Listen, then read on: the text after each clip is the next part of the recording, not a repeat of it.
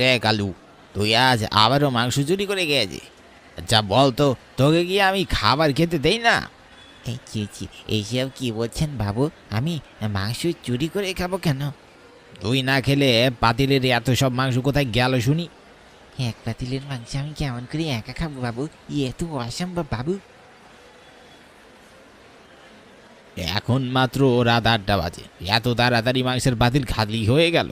একটু পরে তো স্টেশনে ট্রেন আসবে, যাত্রীরা রাতের খাবার খাওয়ার জন্যে হোটেলে আসলে তাদের কি খেতে দেব? এভাবে চলতে থাকলে তোমার ব্যবসা লাঠে উঠবে রে। আমি তো পথে বসে যাব রে। না না, কাল সন্ধ্যার পর আর বাড়ি যাওয়া যাবে না, হোটেলেই থাকবো। আর কই রে কালু, আমি বাড়ি যাচ্ছি, তুই এদিকটা দেখে শুনে রাখিস, আমি তাড়াতাড়ি ফিরে আসবো। হ্যাঁ আচ্ছা বাবু। হোটেল মালিক মোহনবাবু বাড়ি না গিয়ে হোটেলের বাইরে এক কোনায় চুপচাপ লুকিয়ে হোটেলের দিকে নজর রাখলেন। বেশ কিছুক্ষণ পর মোহনবাবু দেখলেন গ্রামের 2-3 জন বখাটে ছেলে লুকিয়ে হোটেলের রান্নাঘরের দিকে যাচ্ছিল।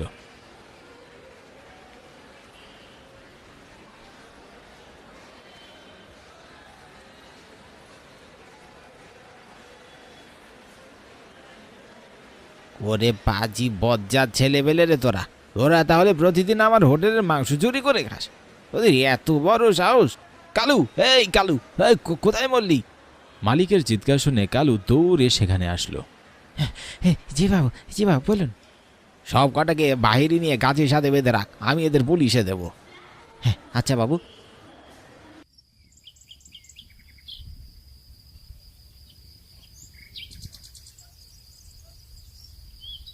তোর সাহস দেখে আমি রীতিমতো অবাক হয়ে যাচ্ছি মোহন।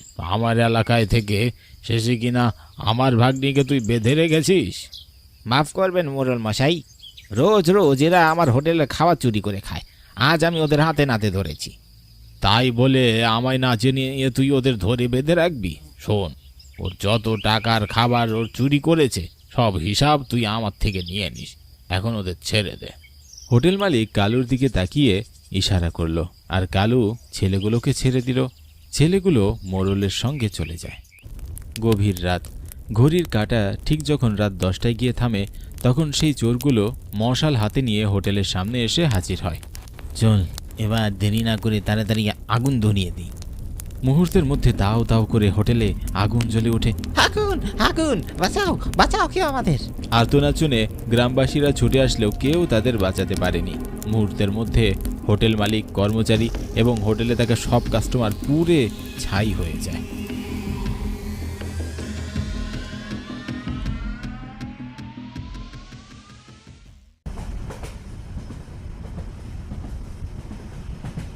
দাদা, এটা কোন স্টেশন জানো?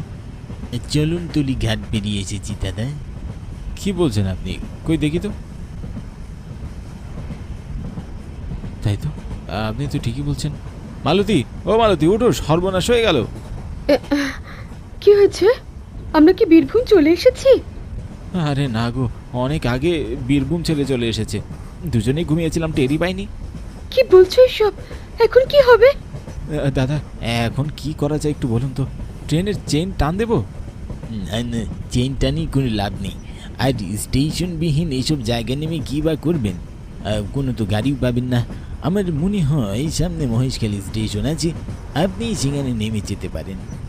রাত 11টায় কলকাতায় একটা ট্রেন আছে, সেই ট্রেনটি ধরে বীরভূম যেতে পারবেন।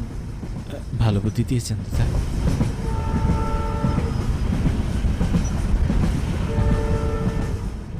চলো, মহেশখালী চলে এসেছি, তাড়াতাড়ি ট্রেন থেকে নামতে হবে।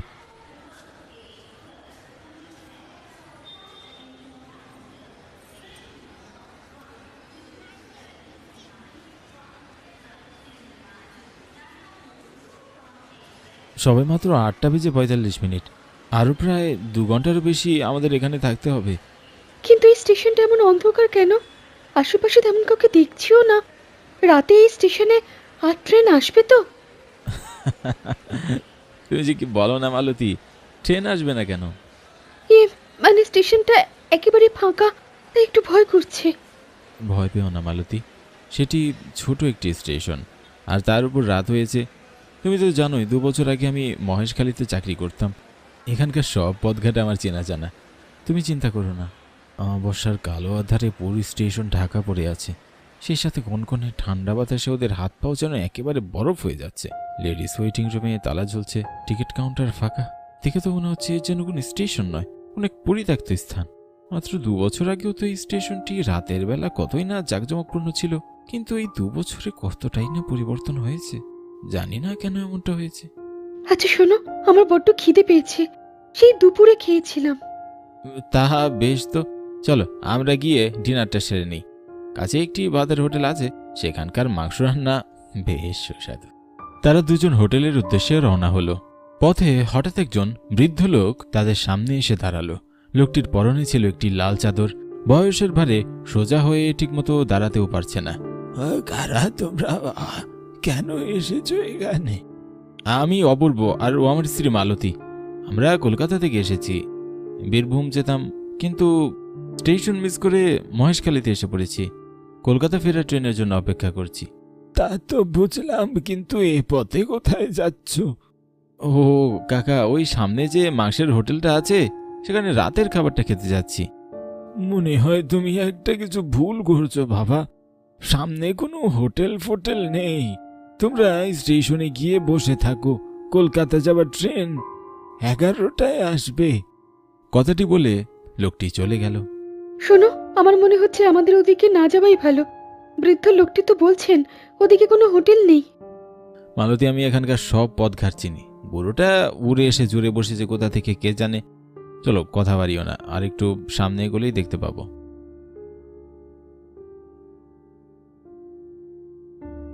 দেখেছো দেখেছো মালতী, কত সুন্দর খাবারের গ্রান।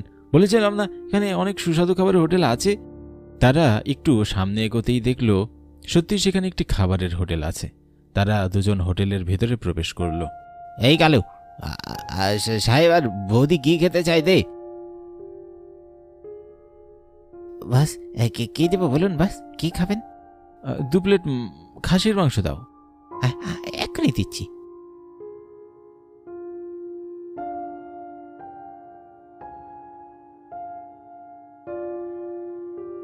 অপূর্ব আর মালতী তৃপ্তি সহকারে খেতে লাগলো।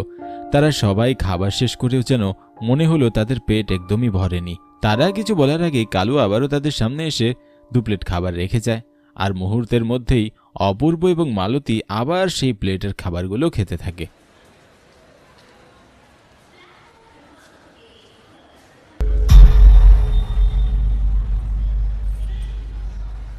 অপূর্ব, দেখো তো এটা কি? এ তো মানুষের হাতের আঙ্গুল মনে হচ্ছে। এই যে মশাই, এদিকে আসুন। এটা কি?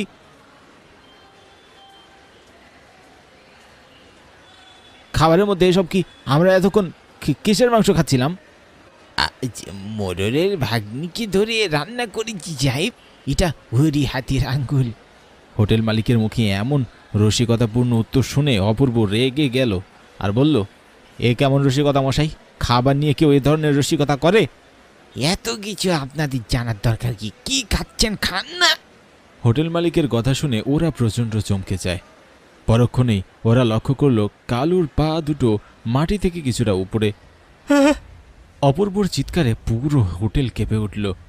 এতক্ষণে ওরা খুব মনোযোগ দিয়ে খাবার খাচ্ছিল। তারা ভালোভাবে লক্ষ্য করে দেখল হোটেলে থাকা প্রত্যেকের ভয়ঙ্কর রূপ। বিষয়টি দেখে ওদের বুকের ভিতরের পানি শূন্য হয়ে গেল। প্রচণ্ড ভয়ে অপূর্ব মালতী দৌড়াতে লাগলো। তারা হোটেল থেকে বের হয়ে যতই দৌড়াচ্ছিল, কিন্তু কি আশ্চর্য, তারা ঘুরে ফিরে সেই একই হোটেলের সামনে এসে পড়ছিল।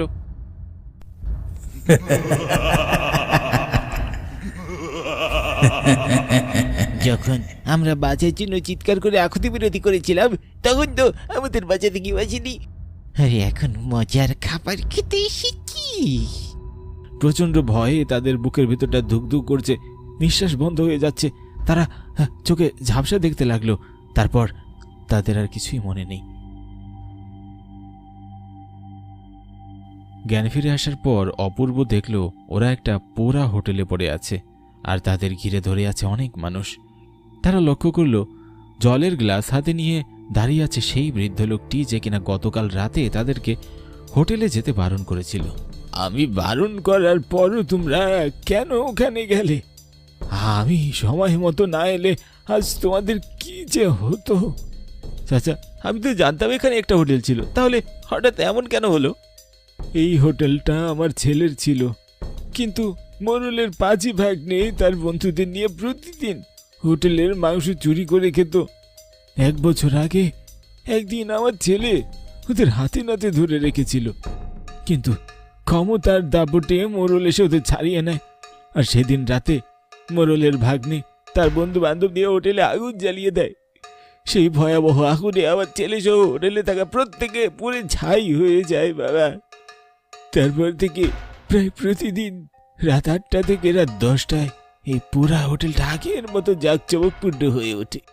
খাবারের সুঘ্রাণ পেয়ে যদি কেউ একবার ভুল করে হোটেলে প্রবেশ করে, তাহলে সে আর প্রাণ দিয়ে বেঁচে ফিরতে পারে না।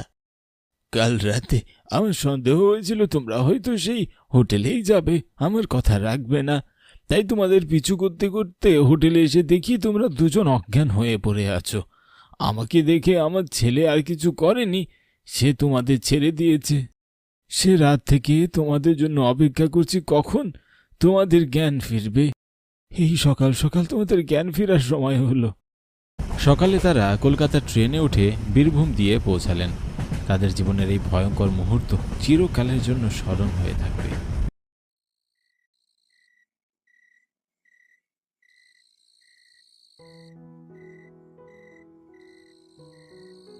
তারপর কি হয়েছে বিজয়? আমি তখন খেয়াঘাটে নামি। সেখান থেকে নদী পার হয়ে ওপারে যেতে হবে। ওপারে গেলে প্রায় 10 মিনিটের পথ, যেটাকে তেঁতুলতলার জঙ্গল বলে। এরপরেই রূপনগর।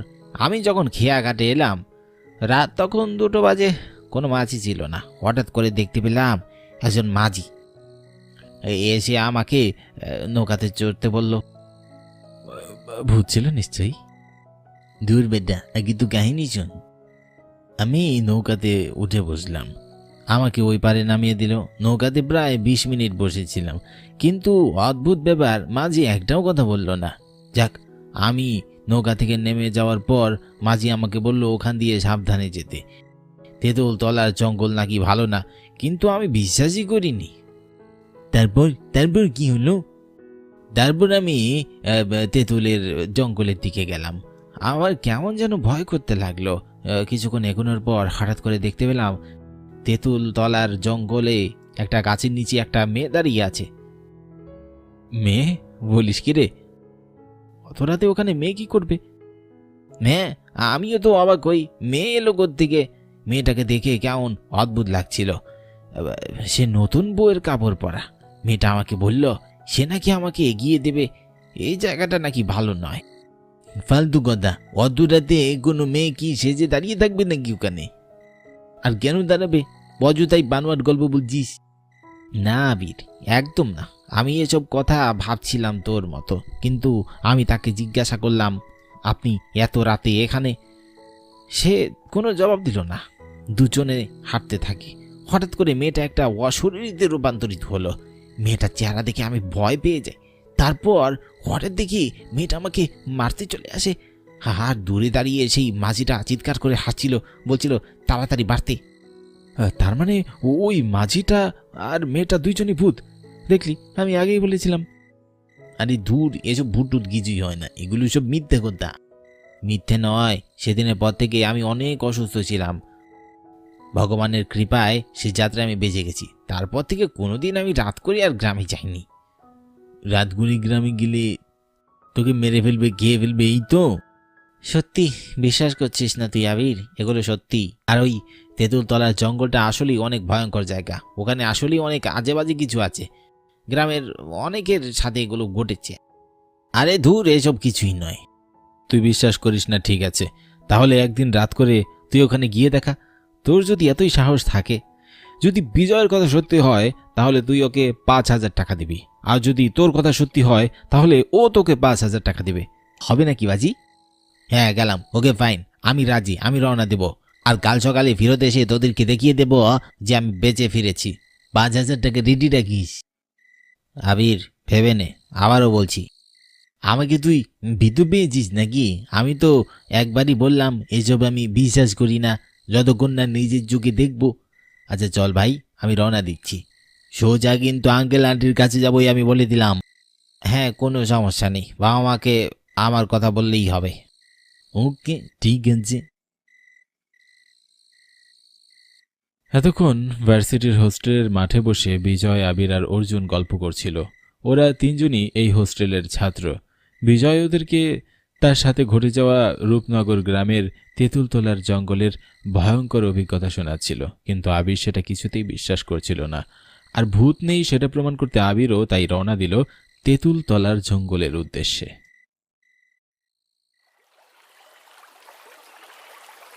আবির প্রথমে বাসে করে 2 ঘন্টার পথ পেরিয়ে নদীর সামনে এসে দাঁড়ায়। হাত ঘড়িতে দেখে রাত 2টো বাজে। বিজয় দেখছি ঠিকই বলেছিল, এত রাত করে এখানে নৌকা পাওয়া মুশকিল। একটা নৌকাও নেই। অর্জুনের কথা মতো ওপারে যেতে টোটাল 1 ঘন্টা লাগবে। কি করে যে নদীটা পার হব? কিছুক্ষণ অপেক্ষা করতে করতে ওর বিরক্তি ধরে যায়। দাদা যাইবেন? হঠাৎ করে কারো কণ্ঠস্বর আবিরকে চমকে দেয়। সামনে একজন মাঝি বসে আছে নৌকা নিয়ে, গায়ে চাদর মুড়ি দিয়ে, তার চেহারা দেখা যাচ্ছে না। পাশে একটা লণ্ঠন। আবির নৌকায় বসে পড়ে। নৌকা চলতে থাকে।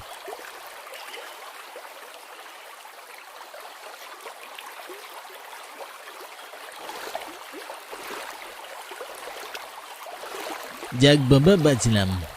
হ্যাঁ দাদা, আমাকে একটু নদীটা পার করিয়ে দিন না। ওই তেঁতুলতলার জঙ্গলটায় নিয়ে যান। তেঁতুলতলার জঙ্গলে আপনি কি কামে যাইবেন দাদা? আসলে জঙ্গলে কোনো কাজ নেই, তবে জঙ্গলটা পেরিয়ে আমাকে রূপনগর যেতে হবে দাদা। কিন্তু ওই জঙ্গলটা তো ভালো নয় দাদা। তেঁতুলতলার জঙ্গলে একটা মাইয়া রাতটা কইরা বেড়ায়। রাত কইরে ওইখানে কেউ গেলে তারে মাইরা ফেলে। আরে দাদা, আপনি যাবেন কিনা যেতে বলুন। এগুলো সব বুয়া কথা, এইসব আমি বিশ্বাস করি না। আপনি বিশ্বাস করেন না? না, একদম বিশ্বাস করি না। যদি নিজের চোখে দেখেন সেটা না হয় পরে দেখা যাবে, কিন্তু আপনি নৌকা চালান দাদা, আমাকে তাড়াতাড়ি যেতে হবে। ঠিক আছে।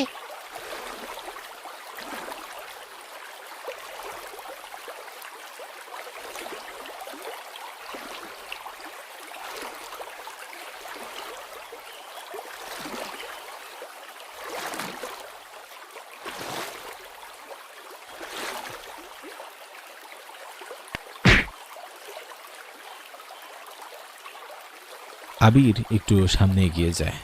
ওই তো সামনেই তেঁতুলতলার জঙ্গল। বিজয়ের কথা মতো আমার এখন সেই মেয়েটার দেখা পাওয়ার কথা, কিন্তু কেউই তো নেই। এটা আমাকে বলদ বানাতে চেয়েছিল। মনে মনে হাসতে লাগলো আবির, কিন্তু সে হাসি বেশিক্ষণ টিকল না। হঠাৎ করে একটা মেয়ের কণ্ঠস্বর শোনা গেল। কোথায় যাচ্ছেন আপনি? আবির তাকিয়ে দেখলো হ্যাঁ, একটা মেয়ে দাঁড়িয়ে আছে। ঠিক মেয়ে বললে ভুল হবে, বিয়ের বেনারসি পরা এক বউ দাঁড়িয়ে আছে, গোমড়া নেওয়া।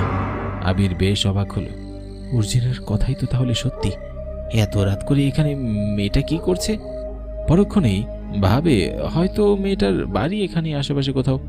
তবু আমতা আমতা করে সে জিজ্ঞাসা করে, আমি রূপনগরে যাব, আপনি গিয়ে? আমাকে আপনি চিনবেন না, আসুন আপনাকে এগিয়ে দেই। কোথায় গিয়ে দিবেন আর কেন? আসলে এই জায়গাটা ভালো না। এখানে একটা মেয়ে রাত করে ঘুরে বেড়ায়, কাউকে একা পেলে মেরে ফেলে। কি বলেন? আপনিও এইসবে বিশ্বাস করেন? বিশ্বাস না করার কি আছে? আপনি করেন না? না, একটু করি না। আপনারা গ্রামের লোকেরা এমনিতেই ভীতু, এসব কিচ্ছু হয় না, এসব মনের ভুল। যদি আপনি নিজের চোখে দেখেন তাহলে বিশ্বাস করবেন? বিশ্বাস করব, তবে এমন কিছু ঘটবে না। সায়েন্স বলে ভূত বলে কিছু হয় না। আপনি তাহলে সায়েন্সের স্টুডেন্ট? তাহলে দেখুন তো এবার বিশ্বাস করেন কিনা। এই বলে মেয়েটার ঘুমটা খুলে যায়। চিৎকার করতে গিয়েও আবিরের মুখ দিয়ে কোনো চিৎকার বের হয় না, কারণ তেঁতুলতলার জঙ্গলে যে মেয়েটা দাঁড়িয়ে আছে সেই মেয়েটা কোনো মানুষ নয়, একটা অশরীরী। কিন্তু তখনও তার মুখ বইয়ের মতন সাজ হয়ে আছে। এবার বিশ্বাস করেছেন? কে কে আপনি? আমি মালিনী। আপনি আমার কাছে কি চান? প্রতিশোধ। আমি আপনার কি ক্ষতি করেছি? তুই ক্ষতি করিসনি, গোটা মানব জাতি আমার ক্ষতি করেছে। মানব জাতি অকৃতজ্ঞ। মানে কি কি হয়েছে আপনার সাথে? আরো 7 বছর আগে আমি আর আমার নতুন বর মিলে এই নদীর পার হয়ে প্রথমবারের মতো শ্বশুর বাড়ি ফিরছিলাম। কিন্তু এই তেঁতুল তলার জঙ্গলে আসতেই কিছু ডাকাত আমাদের ধরে ফেলে আর আমার গয়না গাটি নিয়ে যায়। তারপর আমার স্বামীকে খুন করে। শুধু এতটুকুতেই তারা থামেনি, জোর করে আমাকে ধর্ষণ করে, তারপর আমাকেও খুন করে ফেলে। আমি অনেক চিৎকার করেছি, আশেপাশে গ্রামের লোকেরা সব বুঝতে পেরেও আমাদের উপকার করতে আসেনি। আমাদের লাশ ফেলা হয় এই নদীতেই। এক রাতেই সব শেষ হয়ে যায় আমার। সেদিনই আমি প্রতিজ্ঞা নিয়েছি, এই পথ দিয়ে যত পথিক যাবে আমি তাদের প্রত্যেকের উপর নিজেদের মৃত্যুর বদলা নেব। হায় ভগবান, আপনার সাথে খুব বড় অন্যায় হয়ে গেছে, কিন্তু আমি তো এইসব জানি না। আর আমি ওই গ্রামেরও না, আমি শুধুমাত্র বন্ধুদের সাথে বাজিয়ে দেখে এখানে এসেছি। আমাকে ছেড়ে দিন। ওসব বলে তো আর এখন হচ্ছে না, তোকে তো মরতেই হবে। এখানে যে আসে সে আর বেঁচে ফিরে না।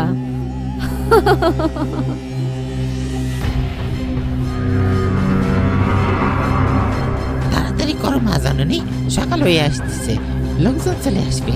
এটাকে এখানেই মারতে হবে।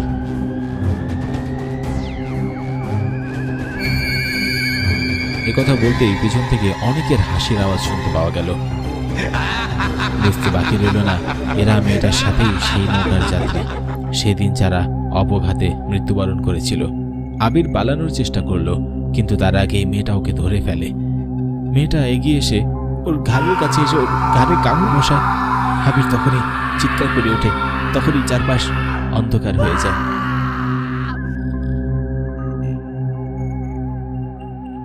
আমি বেঁচে আছি, বেঁচে আছি। আপনারা ওকে কোথায় পেলেন? সকালবেলা তোমাকে ওই তেঁতুলতলার জঙ্গলে আমাদের নিমাই পড়ে থাকতে দেখেছিল, ওই তোমাকে নিয়ে এসেছে। আর গত রাতে বিজয় আমাদেরকে ফোন করেছিল। তুমি যে কেন আসলে? তোমাকে তো আসতে বারবার নিষেধ করা হয়েছিল। এখন ঠিক আছো? আন্টি, আমি আসলে বিশ্বাস করতাম না, কিন্তু এখন আমি বিশ্বাস করি। ঠিক আছে বাবা, রেস্ট করো। তোমার ঘাড়ে চোট ছিল, ব্যান্ডেজ করেছি, এখন আর সমস্যা নেই। অশেষ কৃপা। আমি এখনই ঢাকা চলে যাব। কি বলো? তোমার শরীর অসুস্থ, এখানে তোমার কোনো অযত্ন হবে না। তুমি নিশ্চিন্তে থাকতে পারো, সুস্থ হলেই যেও। না না আন্টি, আমি চলে যাব।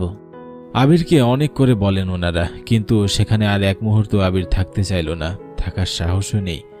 এই অভিশপ্ত গ্রাম আর জঙ্গল থেকে তাকে যত দ্রুত সম্ভব বেরোতে হবে।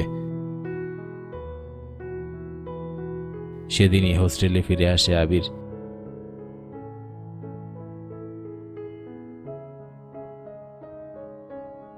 সেদিনের পর ওর ভীষণ জ্বর হয়, সেরে উঠতে প্রায় 1 মাস লেগে গিয়েছিল। তারপর থেকে আর কোনোদিনই আবিরের মুখে শোনা যায়নি ভূত নেই, কারণ তেঁতুলতলার জঙ্গলই সেটার সব থেকে বড় প্রমাণ। নিজের চোখে দেখা এমন জ্বলন্ত প্রমাণ সে কি করে অস্বীকার করবে?